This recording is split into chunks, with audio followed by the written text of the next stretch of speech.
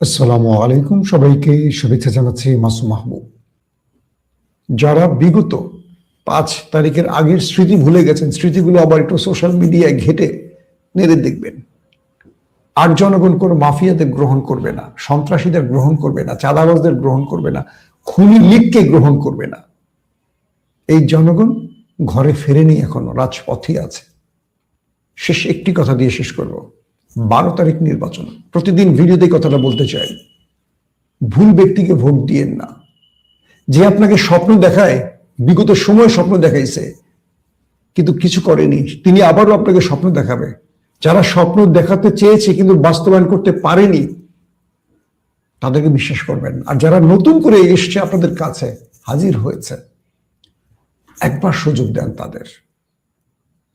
মনে রাখবেন, যারা আল্লাহকে ভয় করে, যারা মৃত্যুকে ভয় করে, যারা সৎ জীবনযাপন করে, যারা ইনসাফ প্রতিষ্ঠার কাজ করে, তাদের ভোট দিয়ে আপনার অধিকার। তাদের ভোট দিলে এই দেশ পাল্টে যাবে। নতুবা আবারও ফ্যাসিস্ট রেজিমের জন্য অপেক্ষা করুন। মদখোর, ঋণ খেলাপি, চাঁদাবাজ, দখলদার, বেনামাজি, সুদখোর কাউকে নেতা বানাবেন না। এই রাষ্ট্র আগাবে না। এই রাষ্ট্র আগাবে ইনসাফের পথ ধরে, ন্যায় বিচারের হাত ধরে, সৎ লোকের হাত ধরে। সো ভোট দেওয়ার ক্ষেত্রে সতর্ক থাকুন, নিজের বিবেক বুদ্ধি কাজে লাগান। একদিন 1000 টাকার নোট পেয়ে ভোটটা বিক্রি করে 5 বছর তাদের পায়ের তলে পিষ্ট হবেন, সেটি করবেন না। এবার যেন প্রত্যেকে তার নিজের ভোটটি স্বাধীনভাবে পছন্দের ব্যক্তিকে দিতে পারেন, সেই চিন্তাটা করুন। 12 ফেব্রুয়ারি বাংলাদেশের নির্বাচন। 13 ফেব্রুয়ারি বাংলাদেশের নতুন সরকারের কারা বসছেন সেটা জানা যাবে। 12 ফেব্রুয়ারি কি নির্বাচন হচ্ছে তবে বাংলাদেশে? অনেক প্রশ্ন রয়েছে রাজনৈতিক দলগুলোর মধ্যে, রয়েছে বাংলাদেশের 18 থেকে 20 কোটি মানুষের মধ্যে। প্রফেসর ইউনূস সরকার চেয়েছিলেন বাংলাদেশে ইতিহাসের একটা রেকর্ড করবেন, যে সবচেয়ে ফ্রি ফেয়ার ইলেকশনের মাধ্যমে। কিন্তু প্রফেসর ইউনূসের প্রশাসন ইউনূসের কথা শুনছেন কি? প্রফেসর ইউনূস কি নিজেই দিল্লির ফাঁদে পা দিয়েছেন? বেগম খালেদা জিয়ার বিএনপি কি তার নীতি আদর্শে চলছে নাকি ভিন্ন পথে চলছে? সবচেয়ে বড় প্রশ্ন উঠছে, বাংলাদেশে কি সবচেয়ে বড় দল বিএনপির ভরাডুবি হচ্ছে জামায়াত ইসলাম ক্ষমতায় আসছে? চারদিক থেকে যে আওয়াজ পাওয়া যাচ্ছে তাতে করে মনে হচ্ছে জামায়াত বড় অঘটন ঘটাতে যাচ্ছে। প্রশ্ন উঠছে, নির্বাচন বানচালের প্রশ্ন কেন উঠল? কারা নির্বাচন বানচাল করতে চায়? চলেন এই বিষয়গুলো আজকে আপনাদের লাইভ সেশনে মোটামুটি আলোচনার মাধ্যমে বোঝাবার চেষ্টা করছি। বাংলাদেশের প্রধান দুটো দল কারা এখন? একটি জামায়াত ইসলামের দাঁড়িপাল্লা, অন্যটি বিএনপির ধানের শেষ। এর বাইরে আর কেউ আলোচনায় নেই। একদিকে তারেক রহমান, অন্যদিকে ডক্টর শফিকুর রহমান। এই দুই ব্যক্তির মধ্যেই নির্বাচনটি নয়, তার প্রার্থীদের মধ্যেও এই লড়াইটি এখন চলছে। যখন নির্বাচনের আর মাত্র 4 দিন বাকি, তখন ঢাকাতে একটি শান্তিপূর্ণ আন্দোলনে পুলিশ যে নির্লজ্জভাবে হামলা করলো, এটার নেপথ্যের কারণটা কি আসলে? আমি কালকে এই ঘটনার পর থেকে পুলিশের একদম টপ সিনিয়র ব্যক্তিদের সাথে ফোনে কথা বলেছি, বেশ কজনের সাথে। ডিএমপি বা পুলিশ হেডকোয়ার্টার, এখানে বসে থাকা খুব গুরুত্বপূর্ণ কর্তাদের সাথে কথা বললাম, বুঝবার জন্য আসলে কি হয়েছে। অনেকেই বলছেন অদৃশ্য, কেউ বলছেন না দৃশ্যত কোনো কিছু। তার মানে এটা নেপথ্যে অন্য কিছু ছিল। যে পুলিশগুলো ইনকিলাব মঞ্চের ছেলেদের উপর আক্রমণ করলো, এরা একটি দলের। অধিকাংশ ক্ষেত্রে দেখবেন ইতিমধ্যে যে ছেলেটির নাম প্রকাশ পেয়েছে, সেই ছেলেটির আইডেন্টিটিও মোটামুটি সোশ্যাল মিডিয়া আপনারা পেয়ে গেছেন। কে এই ছেলেটি? কেন এইভাবে উচ্চ স্বরে কথা বললো, হাদির লাশ নিয়ে যাও বা ছাত্রদেরকে খুব খারাপ অঙ্গভঙ্গি করলো, এই বিষয়গুলো নিয়ে ইতিমধ্যে যথেষ্ট আলোচনা আসছে। সেই রাশেদ কাজী শুধু একজন নয়, এরকম বেশ কজন আসছে। আপনারা সোশ্যাল মিডিয়া যার ছবিটি দেখেছেন, আমি আরেকবার দেখাচ্ছি আপনাদের। ইতিমধ্যে আপনারা দেখেছেন সেই রাশেদ কাজী, তিনি একটি রাজনৈতিক দলের কর্মী ছিলেন, তার পরিচয় পাওয়া গেছে। কোন রাজনৈতিক দলটি সেটিও আপনারা জানেন। আমি নির্বাচনের আগে বলে নতুন করে বিভ্রান্তির সৃষ্টি করতে চাইছি না।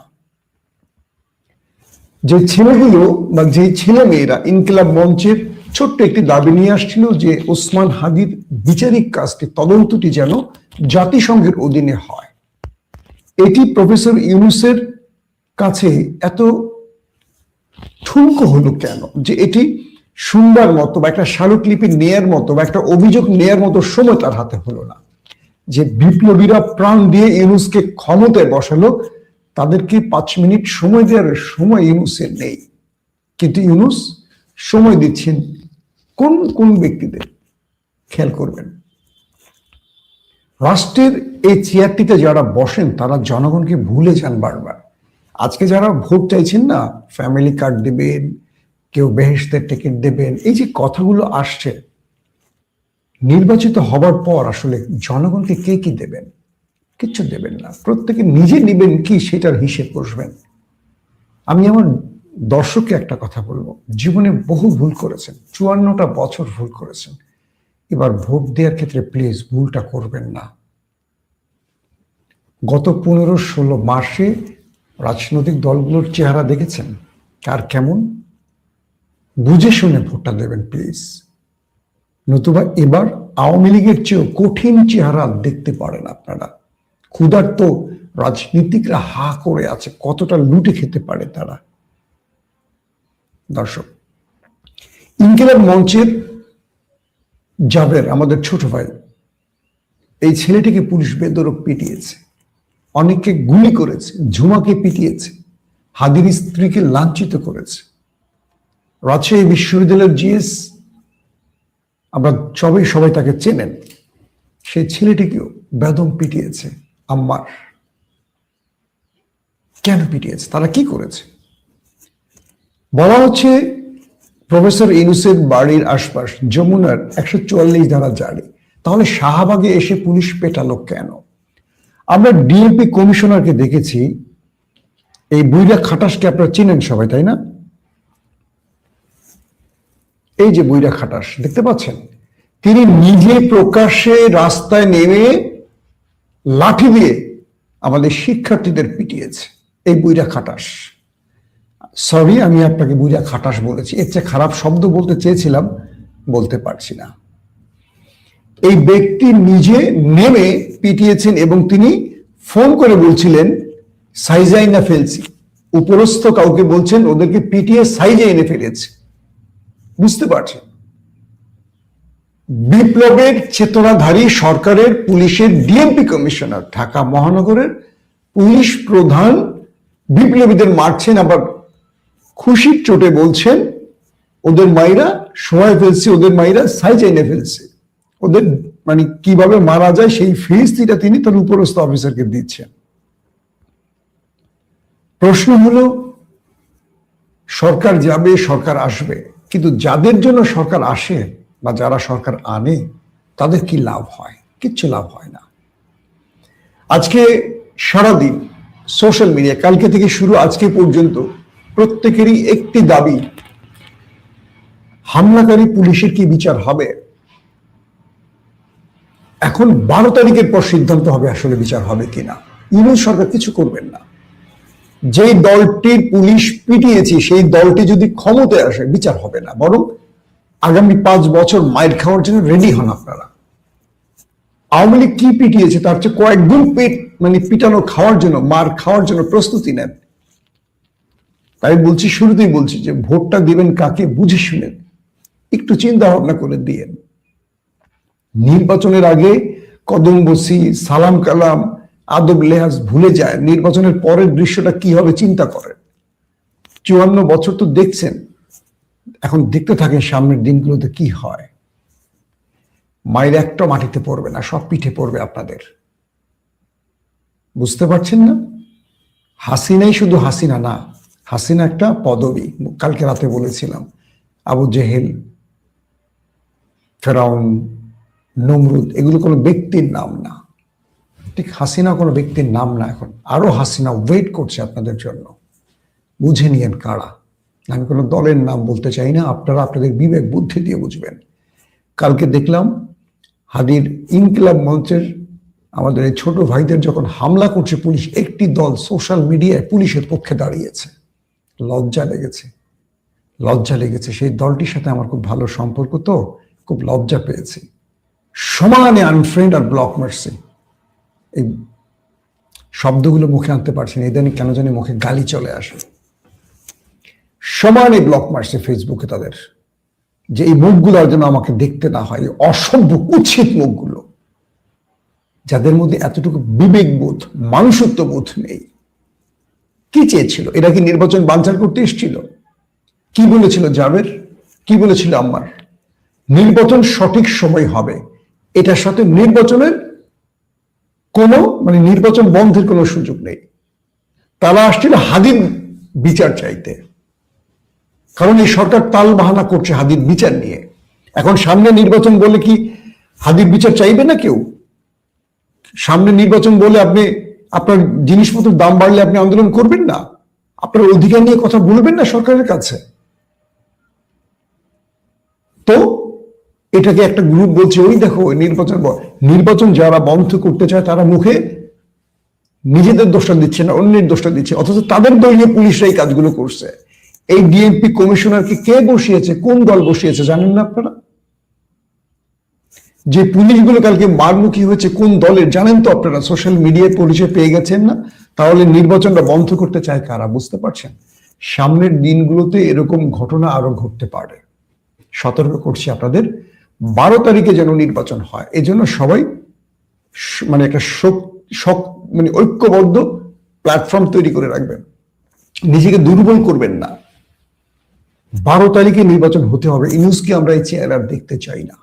আমরা 12 তারিখে চাই এদেশের যুবকরা, এই দেশের জনতা, এই দেশের বিভিন্ন পেশাজীবীরা যেন একটা নতুন সরকার বসায়, যে সরকার বাংলাদেশের কথা, জনগণের কথা ভাববে আর হাসিনার রেজিমের দিকে না তাকাবে। আজকে দেখলাম মিরপুরে, বগুড়াতে, বিভিন্ন জায়গায় জামায়াত ইসলামের বিশাল বিশাল মিছিল। নারীরা, লক্ষ লক্ষ নারী রাজপথে নেমেছে। হঠাৎ করে জামায়াত ইসলাম চমক দেখাচ্ছে। নতুন করে আলোচনা আসছে আসলে রাজনীতির যে পারদ ওঠানামা করছে, এটা কোন দিকে যাচ্ছে শেষ পর্যন্ত, কারা বসতে পারে ক্ষমতায়। জামায়াত এবং বিএনপির মধ্যে লড়াইটা তুঙ্গে। প্রশাসনের মধ্যে টেনশনে পড়ে গেছে ডিসিএসপিরা, ইউনোরা। কেউ মনে করছেন বিএনপি আসবে, কেউ মনে করছেন জামাত আসবে। যে মনে করছেন বিএনপি আসবে তারা বিএনপির পালে হাল ধরেছেন, যারা মনে করছেন জামাত আসবে তারা জামাতের দিকে হাল ধরেছেন। শেষ পর্যন্ত আসলে আসবে কারা ক্ষমতায়? রাষ্ট্রে বাংলাদেশ নামক রাষ্ট্রের ভেতরে আমাদের যারা প্রশাসনিক কর্মকর্তা, পুলিশ বা আমলা যারা রয়েছেন, তারা কিঞ্চিত বুঝতে পারছেন কোন দিকে যাচ্ছে। কিন্তু এবারের নির্বাচনে ভোট কেন্দ্র দখল করে বিজয় ছিনিয়ে নিতে পারবে না। কারণ প্রতিপক্ষ যেটাই হোক, বিএনপি বা জামাত যেটাই বলি, খুব শক্ত অবস্থানে থাকবে। সেনাবাহিনী খুব শক্ত অবস্থানে থাকবে, ইতিমধ্যে আমরা টের পাচ্ছি। পুলিশ খুব শক্ত অবস্থানে থাকবে। কোনো 10টা হোন্ডা 20টা গুন্ডা এসে কেন্দ্র দখল করবে, এবারে সেই সুযোগটি নেই। প্রশাসনের ভাইদের বলবো, আপনার দল ক্ষমতায় আসবে সেই আশা থেকে আপনি বিপরীত দলের কর্মীদের পিটায়েন না। আপনার দল ক্ষমতা নাও আসতে পারে, সম্ভাবনা এটাই বেশি। তখন কি হবে? আপনার নিজের পিঠ বাঁচবে না। দলের চিন্তা বাদ দেন, নিজের পিঠ রক্ষার চিন্তা করেন। আমি ডিসি এসপিদের বলছি, ইউনোদের বলছি, কেউ নিজের দল জেতানোর চেষ্টা করবেন না। প্রত্যেকে ফ্রি ফেয়ার ইলেকশনের চিন্তাটা করেন। জনগণের ভোটাধিকার প্রয়োগের সুযোগ দেন, একটা ভালো ফলাফলের সুযোগ তৈরি করে দেন, নতুবা এই রাষ্ট্রে বড় কিছু ঘটে যাবে। যে জনগণ হাসিনার মতো দানবকে সরাতে পেরেছে, সেই হাসিনার চেয়েও দুর্বল দানবকে এক ফুৎকারে উড়িয়ে দিতে পারবে এই জনগণ। পুলিশের ভাইদের বলছি, ইনকিলাব মঞ্চের ঘটনায় যারা হামলাকারী ছিলেন তাদের ব্যবস্থা নেন। হাসিনার পুলিশদেরকে লেংটু করে মেরে কিন্তু ঝুলিয়ে রেখেছিল এই জনগণ। আমরা চাই না আপনাদের লেংটু করে ঝুলিয়ে রাখুক, আপনাদের টুনটুনিয়ে জাতি দেখুক, আমরা চাই না।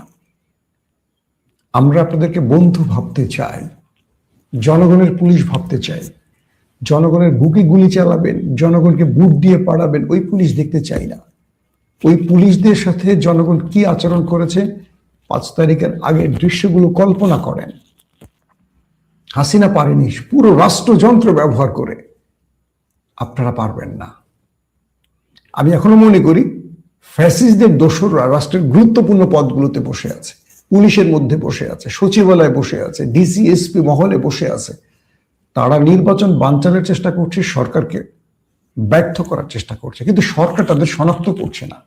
সরকার এই যে এতদিন ক্ষমতায় বসে আছে, পুলিশের মধ্যে কোনো শুদ্ধি অভিযান চালায়নি, আমলাদের মধ্যে কোনো শুদ্ধি অভিযান চালায়নি।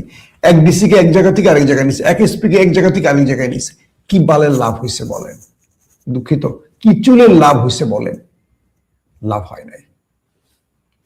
বাংলাদেশে 12 তারিখের আগে আরো বড় বড় কিছু ঘটনা ঘটবে, গোয়েন্দা সূত্রের তথ্য।